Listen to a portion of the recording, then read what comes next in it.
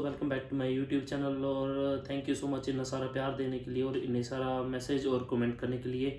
और मुझे आपके बहुत सारे के मैसेज और कमेंट भी मिले। मुझे इंस्टाग्राम पे भी आपने बहुत ज़्यादा लोगों ने मुझे प्यार दिया और मुझे बहुत सारा क्वेश्चन पूछा मुझसे। तो आप जैसे क्वेश्चन पूछ रहे थे कि बीएफएस के लिए कि आपने अपॉइंटमेंट कैसे लेनी है और उसके लिए क्या प्रोसेस है, तो मैं आपको आज जो बीएफएस ग्लोबल का जो एक प्लेटफॉर्म है, मैं आपको उसके ऊपर लेके चलूँगा और मैं आपको दिखाऊंगा कि आपने अपॉइंटमेंट कैसे बुक करनी है। जैसे आप शेंगन वीज़ा लेते हैं तो आपके इस तरह के क्वेश्चन बहुत ज़्यादा थे कि कितना टाइम लगता है वीज़ा आने में और बीएफएस ग्लोबल में हमें क्या करना होता है और उसकी अपॉइंटमेंट कैसे बुक करनी होती है। तो आज मैं आपको स्टेप बाय स्टेप पूरा प्रोसेस समझाऊंगा कि आपने बीएफएस ग्लोबल की अपॉइंटमेंट कैसे लेनी है। तो मैं सिस्टम के ऊपर भी आपको बताऊंगा। पहले मैं आपको वर्बली थोड़ा सा मैं आपको समझा देता हूँ कि बीएफएस ग्लोबल क्या है और उसका मतलब क्या प्रोसेस रहता है। बीएफएस ग्लोबल एक जो है सेमी गवर्नमेंट ऑर्गेनाइजेशन है जिसका वर्ल्ड वाइड में सभी जगह ब्रांचेज हैं। तो ये जो लॉन्च हुई थी, ये 2002 में लॉन्च हुई थी और इसकी अभी सभी कंट्रीज़ में ब्रांचेज हैं। अब इसका मतलब बीएफएस का ये होता है कि किसी कंट्री में अगर कोई एम्बेसी नहीं है तो उसका काम जो है वो बीएफएस ग्लोबल करती है। जैसे मान लो कि इंडिया है, इंडिया में अगर ग्रीस का एम्बेसी नहीं होता है तो ग्रीस का एम्बेसी सम जगह पे, जैसे आपको पता है कि पंजाब में जो जलंधर है, अगर मान लो कि पंजाब के लोग जो वीज़ा अप्लाई करना चाहते हैं ग्रीस का तो उनको दिल्ली जाना पड़ेगा। और जो दिल्ली नहीं जाना चाहता वो जलंधर में बीएफएस ग्लोबल का ऑफिस है, वहाँ पे अपने डॉक्यूमेंट सबमिट करके और अपने फिंगरप्रिंट सबमिट करके वहाँ से वीज़ा अप्लाई कर सकता है। उसको जो है वो ग्रीस की एम्बेसी में जाना जरूरत नहीं पड़ेगी, उसको वहीं से वो डॉक्यूमेंट अपने सबमिट करवाएगा और वहीं से जाके उसकी फाइल जो है वो ग्रीस एम्बेसी में चल जाएगी और वहाँ से वीज़ा उसका लग के आ जाएगा। तो इसका एक सिंपल सा प्रोसेस है। और जैसे आप किसी ट्रैवल एजेंट के थ्रू जाते हैं कि आपको कहते हैं कि आपका टूरिस्ट वीज़ा अप्लाई करवाना है या वर्क वीज़ा अप्लाई करवाना है या आपको कोई भी वीज़ा अप्लाई करवाना है, तो जो ट्रैवल एजेंट हैं जो कि एक बहुत बड़ी अमाउंट आपको बता देते हैं, 50,000 60,000। मैंने अभी थोड़ी देर पहले मुझे एक मैसेज आया इंस्टाग्राम पे, मैं आपके साथ स्टोरी शेयर कर रहा हूँ। एक लड़का था पंजाब का, लुधियाना का रहने वाला था। उसने बताया कि उसने ट्रैवल एजेंट को 70,000 रुपीज़ दिए हुए हैं सिर्फ एक शेंगन वीज़ा लगाने के लिए ग्रीस का। और जिसकी ओरिजिनल कॉस्ट जो है वो सिर्फ ग्रीस की ओरिजिनल कॉस्ट जो है वो 10,000 है। तो 10,000 कहाँ पे और कहाँ पे 70,000, तो उसने 60,000 जो पेमेंट करी हुई है वो मतलब फालतू की पेमेंट है। वो जो पैसा है वो सारा एजेंट ने खाया हुआ है। तो मैं नहीं चाहता कि आपसे ऐसे आप धोखाधड़ी में आए, ऐसे आपके साथ कोई स्कैम हो।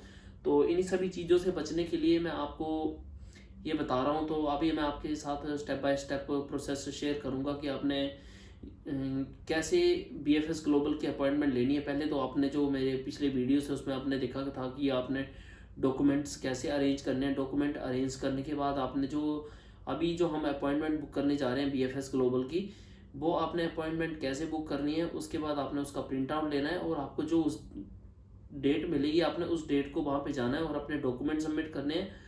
आपका आई स्कैनिंग होगा, फिंगरप्रिंट्स होंगे और आपका फ़ोटो कैप्चर होएगा और वहाँ पे आपने अपनी फ़ाइल सबमिट कर देनी है। और वो बता देंगे, आपको ईमेल भी आ जाएगा और आप एसएमएस सर्विस भी करवा सकते हो।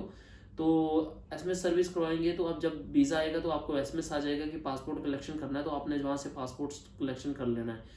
अगर आप एसएमएस सर्विस नहीं करवाते हैं तो ईमेल करवा सकते हैं। तो आपको ईमेल के ऊपर एक नोटिफिकेशन आ जाएगी कि आपने वीज़ा आ चुका है और अपना वीज़ा आप कलेक्ट कर लीजिए। तो चलिए मैं आपको सिस्टम के ऊपर लेके चलता हूँ और आपको बताते हैं स्टेप बाय स्टेप कि आपने बीएफएस ग्लोबल की अपॉइंटमेंट कैसे बुक करनी है। तो दोस्तों हम स्क्रीन के ऊपर आ चुके हैं। तो आपने सीधा गूगल पे जाना और आपने क्या करना है, टाइप करना है बीएफएस ग्लोबल। अगर आप बीएफएस ग्लोबल अगर टाइप करोगे, आप सर्च करोगे तो डायरेक्ट आपके पास बहुत सारे ऑप्शन आ जाएंगे। थोड़ा सा इंटरनेट स्लो है।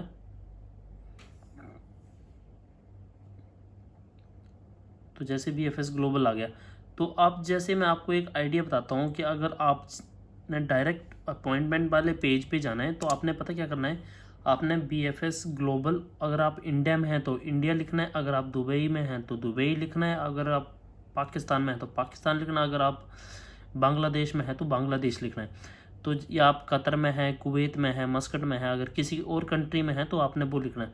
अभी मैं जो हूँ मैं कतर में हूँ तो मैं यहाँ पे लिखूँगा बीएफएस ग्लोबल कतर।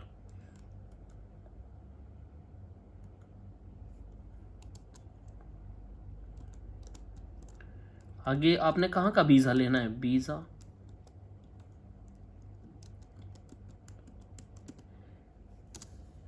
मैंने ग्रीस का लेना तो ग्रीस लिख देना है। तो आपको क्या करेगा, ये डायरेक्ट जो आपको ये लिंक है ना प्रोवाइड करवा देगा। आपने इस लिंक के आगे नीचे सबसे आपने छोटी सी बात नोट करनी है कि ये QAT लिखा हुआ है।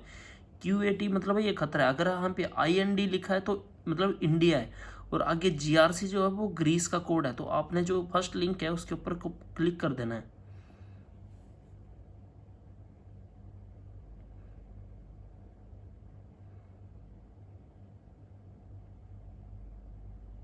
तो ये जो है वो वेबसाइट खुल गई है। अब इसमें बड़े ज़्यादा ऑप्शन आएंगे, अप्लाई फॉर वीज़ा, और ज़्यादा ऑप्शन आएंगे इसमें। तो हमने सब सेकंड वाले ऑप्शन पे जाना है, बुक एन अपॉइंटमेंट।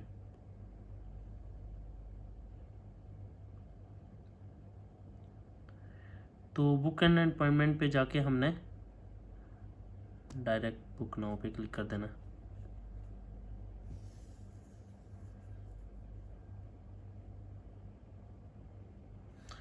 थोड़ा सा इंटरनेट स्लो है गाइस। तो अब आपने क्या देखना है, यहाँ पे ऑप्शन आ रहा है कि साइन इन करने का। और अगर आपके पास अकाउंट नहीं है तो आपने आई डोंट हैव अकाउंट पे क्लिक करना है। ईमेल आईडी डालनी है, अपना अपना पासवर्ड चूज़ करना है, और आपने टिक करके प्रोसीड करना है। प्रोसीड करने के बाद आपको एक ईमेल आएगी, आपने ईमेल वेरिफिकेशन आएगी, आपने उसके आपकी पर्सनल ईमेल पे जो आपने यहाँ पे ईमेल डाली होगी, आपने उसमें ईमेल से अपनी ईमेल वेरीफाई कर देनी है। फिर आपने क्या करना है, फिर आपने दोबारा से लॉगिन वाले पेज पे आ जाना है। तो लॉगिन वाले पेज पे अगर बैक नहीं जा रहा है तो आपने यहाँ से ये कट कर देना है। यहाँ पे जैसे आपने एक बार मतलब आपने रजिस्टर कर दिया, तो अब दोबारा फिर बुक एन अपॉइंटमेंट पे क्लिक करके आपने फिर साइन इन के ऊपर पेज के ऊपर आ जाना। क्योंकि आपके पास अकाउंट नहीं था, आपने अकाउंट बना लिया है, तो अकाउंट बनाने के बाद आपने फिर ईमेल पे जाना है। अभी आपने अब यहाँ पे अपनी ईमेल आईडी डालनी है जो आपने अभी अपना अकाउंट क्रिएट किया था, और आपने यहाँ पे पासवर्ड डालना है, फिर आपने साइन इन कर देना है। तो मैंने गाइस यहाँ पे क्या किया है, जो ईमेल आईडी और पासवर्ड जो है वो मैंने डाल दिया है BFS ग्लोबल की वेबसाइट पे साइन इन करने के लिए। तो मैं यहाँ पे साइन इन कर दूंगा, अकाउंट मैंने बना लिया है। तो आपको ये डैशबोर्ड के ऊपर लेके जाएगा नेक्स्ट। तो यहाँ पे एक ऑप्शन आ रही है स्टार्ट न्यू बुकिंग, तो आपने स्टार्ट न्यू बुकिंग के ऊपर क्लिक करना है। फिर ये ऑटोमेटिकली चूज़ करेगा, और नीचे आपको बता रहा है कि आपने ग्रीस के वीज़ा के लिए अप्लाई करना चाहते हैं, और अर्लीस्ट अवेलेबिलिटी स्लॉट कब है, 24 मई को। तो मुझे जो है वो ग्रीस वीज़ा के लिए 24 मई को स्लॉट अवेलेबल हो रहा है, तो मैं इसको बुक करना चाहूँगा। तो आपने यहाँ पे तो आप शॉर्ट स्टे चूज़ कर सकते हैं। यहाँ पे दूसरा लॉन्ग स्टे का कोई ऑप्शन नहीं है, क्योंकि उनके ऊपर डिपेंड करता है वो आपको 3 मंथ का वीज़ा इशू करेंगे या 6 मंथ का। तो हमने इसके ऊपर क्लिक करके कंटिन्यू कर देना है। आपने सबसे टॉप पे ज़रूर देखना है कि आपका ग्रीस है। तो यहाँ पे आपने फुल नेम डालना है और लास्ट नेम डालना है, जेंडर, फिर आपने date of birth, nationality, contact number, और फिर आपने सेव करना है।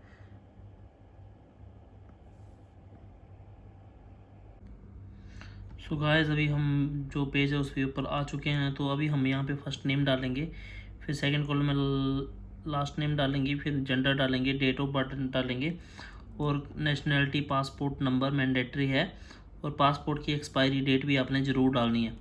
उसके बाद आपने कॉन्टैक्ट नंबर डालना है जिसके नंबर पे आपको मैसेज आ सके, और आपने ईमेल नंबर बिल्कुल सही डालना है, क्योंकि ईमेल जो एड्रेस डालोगे उसके ऊपर आपको जो है नोटिफिकेशन वगैरह आती रहेगी कि क्या मतलब आपका एप्लीकेशन का क्या प्रोसेस चल रहा है। तो ईमेल जो है आप बिल्कुल करेक्ट डालें। तो अभी जो अब हम इस फॉर्म को जो फिल करते हैं। तो गाइस ये जो था वो हमारा फॉर्म था। तो मैंने फर्स्ट नेम डाला, फिर मैंने सेकंड नेम, जेंडर, और डेट ऑफ बर्थ, और नेशनलिटी, पासपोर्ट नंबर, और जो मैं जो ये कर रहा हूँ मैं डमी कर रहा हूँ कि आपको दिखाने के लिए कि आपने अपॉइंटमेंट कैसे बुक करनी है। फिर आपने सेव के ऊपर क्लिक करना है, और ये थोड़ा सेकंड लगेगा डिटेल्स कैप्चर करने के लिए। उसके बाद उसमें आपको दिखाएगा,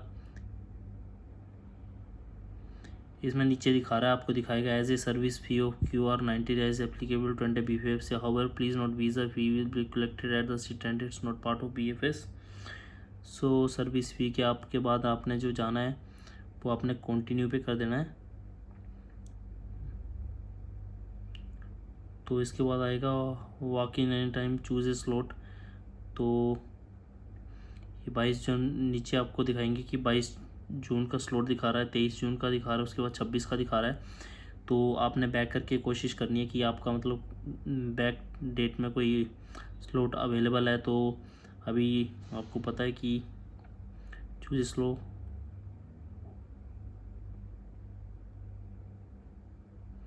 वो एनी टाइम पे जब क्लिक कर रहे हैं तो कोई भी स्लॉट नहीं आएगा, आपको स्लॉट जो चूज़ करके जाना पड़ेगा। तो अभी मई में कोई स्लॉट नहीं आ रहा है, तो फिर हम जो बुक करेंगे जून का स्लॉट बुक कर देंगे, क्योंकि अभी अर्लीस्ट अवेलेबिलिटी कोई नहीं मिल रही है, तो जून का ही बुक कर देंगे। जून के बाद हमने 22 पे क्लिक कर देना है। 22 की अगर आपने डेट चूज़ कर ली है तो अपने नीचे जाके मॉर्निंग टाइम में आपने मॉर्निंग पे क्लिक कर देना है। फिर आपने जब टाइमिंग्स जब आपके ठीक लगे तो आप 10-15 चूज़ कर सकते हैं टाइमिंग्स, और टाइमिंग्स चूज़ करने के बाद आपने नीचे जाना है और फिर आपने कंटिन्यू कर देना है।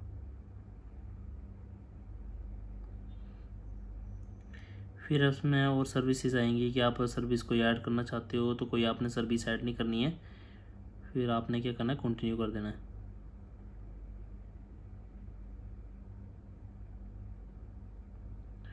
तो कंट्री जैसे आप मैं अभी कतर से अप्लाई कर रहा हूँ, तो कंट्री कतर आ रहा है। अगला आपने जो अप्लाई करना चाहते हैं, अगर आप इंडिया से अप्लाई कर रहे हैं तो इंडिया, और कहाँ जा रहे हैं आप, जैसे यहाँ पे जर्मनी की जगह ग्रीस आ जाएगा। अभी तुम जर्मनी का शो ऑन टर्न टूरिस्ट, जैसे यहाँ पे जो जर्मनी है वो ग्रीस आ जाएगा, और इसमें टूरिस्ट है और नाम है, स्टैंडर्ड एप्लीकेशन है, टाइमिंग आ जाएगा, सब टोटल आ जाएगा, और सब टोटल है। आपने accept and yes I agree, एडिशन पी।